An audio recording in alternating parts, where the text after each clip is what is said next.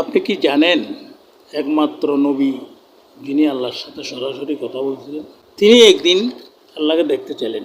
তিনি হলেন হযরত মূসা আলাইহিস সালাম। একদিন মূসা আলাইহিস সালাম বললেন, হে আল্লাহ, হে আমার রব, আমি আপনাকে দেখতে চাই। তখন আল্লাহ বলেন, আমাকে দুনিয়ার জীবনে কখনো দেখতে পারবে না। এরপর আল্লাহ বলেন, পাহাড়ের দিকে তাকাও। যখন মূসা আলাইহিস সালাম পাহাড়ের দিকে তাকালেন, তখন আল্লাহর নূরের সামান্য মাত্র এক ঝলক পাহাড়ে বলল, পুরো পাহাড় জলে পুড়ে ছাই হয়ে গেল এবং কালো সুর মতো পরিণত হয়ে গেল।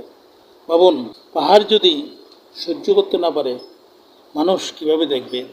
কিন্তু জান্নাতে মুমিনেরা দেখতে পাবে সে নিয়ামত, আল্লাহকে দেখা। তাই আজই প্রস্তুতি নিন, নামাজ, দোয়া, ভালো কাজের মাধ্যমে।